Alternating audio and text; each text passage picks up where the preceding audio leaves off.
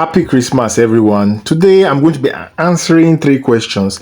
First one is, how ridiculous is legendary without gemstone this time, but this time with another paid artifact battle ranks with, of course, with Raven. How ridiculous is that setup? We are going to see on this video. They're also going to see the Flaw justice team, but like free to play, but with two maxed out support artifacts, using the twin blade artifact as was requested on my last video. Normally I use the Satana's puppet with my Flaw justice to one shot with free to play, but I decided to try twin blade based on request, and let's just see how powerful that artifact will be against the boss in this solo raid. And of course I did a ridiculous test to see if Killer Frost can extend the hazard damage that is done by Batwoman the Drowned. So we're going to be looking at those gameplays and see how they perform. First off, the gameplay you can see right now with Raven, you're about to see something incredible. Basically the idea is to set up 5 incoming damage boosts from Raven, then set up by 20 stacks of Electrify. As you can see right now, I have 20 stacks of Electrify. I have 5 incoming damage stacks from Raven. Now I'm going to tag in, do some basic attacks, get my Atlanta energy up, and wow, that's basically 1 billion damage in one hit. Ridiculous. But you might ask, what is happening here? You don't have the gemstone. Yes, I know I don't have the gemstone. What actually is happening here, I think you can see that poison icon at the top of the screen. That poison icon is the debuff that comes from the battle ranks. With that poison icon, it's supposed to be a multiplier on your basic attack damage. My theory, I could be wrong, guys. I don't work at NRS. It's just based on what I know. My theory is that the damage that does, the extra damage it does on his special, is actually not counted as a special attack damage. It's actually be counted as basic attack, meaning that when you do your specials and all of that, it is not just the Electrify that is affecting it. It is not just Raven incoming damage. It is also the battle ranks damage boost that is also affecting that. So, and it scales very highly, on par with gemstone. So that's crazy, but ridiculous, guys. But yeah, it's really fun to try out. It just got me thinking, how will this do with, let's say, Raven and 1 solo raid artifact?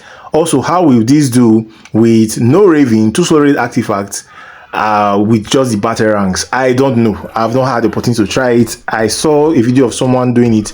I decided to do it, and I was like, wow, this is crazy.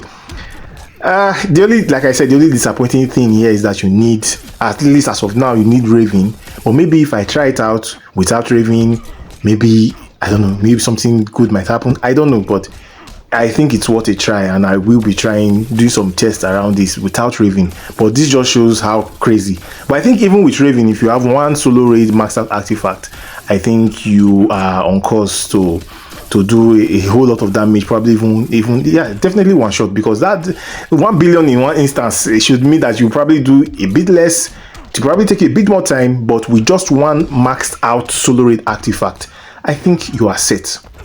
Anyways, kind of surprised me with that, but yeah, it's cool. The next team, the Flaw justice team, of course you are going to need to have 2 maxed out artifacts, and that's one thing I was even going to talk about, that when it comes to free artifacts in the game, they are not as powerful as the paid artifacts, and for good reason. The game has to make money. I will never be against that. This would mean that initially, if you're just starting the game out, you may not be able to do the incredible damage you see other people doing on YouTube videos. You will have to grind for some time, maybe a year, maybe 2 years, but eventually you're going to get to the point where you start having 2 maxed out, or 1 maxed out and the other one almost maxed out, maybe like a level 8 artifact on your characters. And yeah, if you're going to be free to play, that's the price to pay as free to play. Oh, I'm dropping bars. Thank you. Anyways, with 2 maxed out solo raid artifacts and your twin blade, you will be able to one shot with some reasonable amount of time left. That reasonable amount of time is what makes me know that even if you don't have exactly 2 maxed out artifacts, you have 1 maxed out and maybe 1 level 8, 1 level 9, maybe 1 level 7, who knows. you would be able to one shot with the twin blade. I would still recommend Zatanna's puppet. I think that one is more.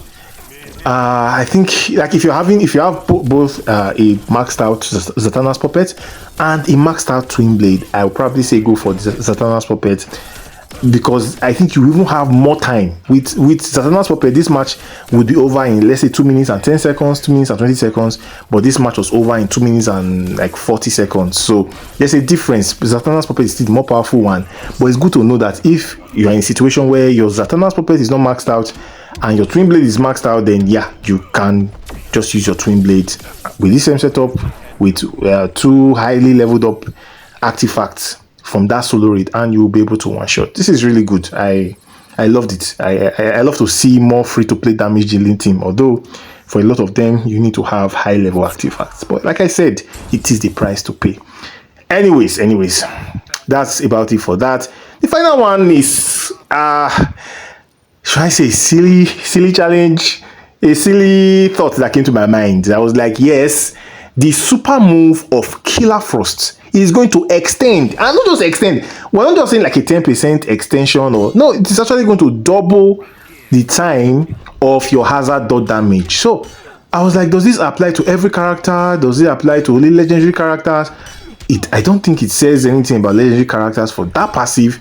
So it means that any character that has hazard damage, because I think they say friendly hazard, so any of your teammates that have hazard damage, according to what they wrote, it should be able to extend that by doubling the time.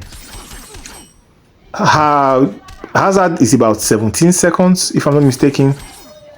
That would mean I should be getting 34 seconds, if my math is mathing. I don't think I got that. I did the calculation, the first super move, flooding, whatever, that I did, it was 17 seconds from 2 minutes and 45 seconds to 2 minutes and 28 seconds. That's should say 17. Yeah, 17 seconds.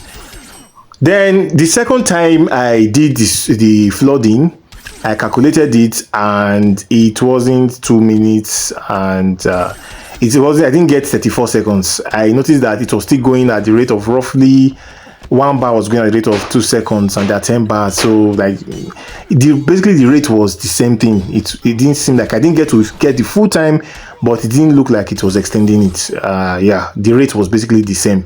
So yeah, that's about it for that. I don't think this Clear Frost is a good addition in this team, user with Mr. Freeze or with Scorpion. Anyways, that's about it for this video. Have a lovely Christmas. Smash the subscribe button, and I'll see you guys on the next one.